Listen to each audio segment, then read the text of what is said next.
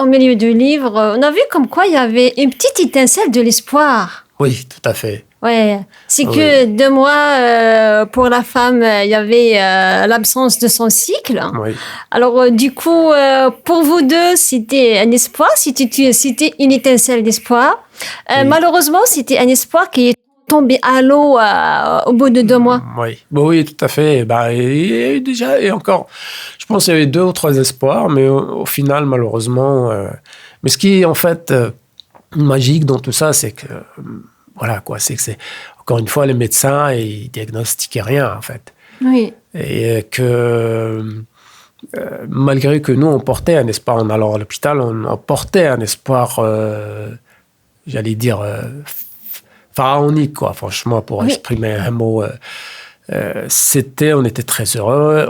Je me suis dit, moi, personnellement, puisque c'est moi qui raconte, Oui. que voilà, on y est.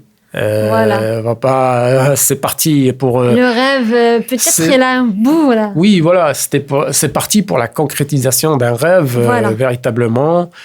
Et vous savez, si vous me permettez, je vais dire autre chose que j'ai jamais dite encore. En fait, Oui. c'était en fait la concrétisation, bien sûr, d'un rêve, mais c'était en quelque sorte un message. Si on aurait eu un enfant. Oui. C'est-à-dire que ça aurait été un vrai message. Rapprochez-vous du monde avec Radio Azul International.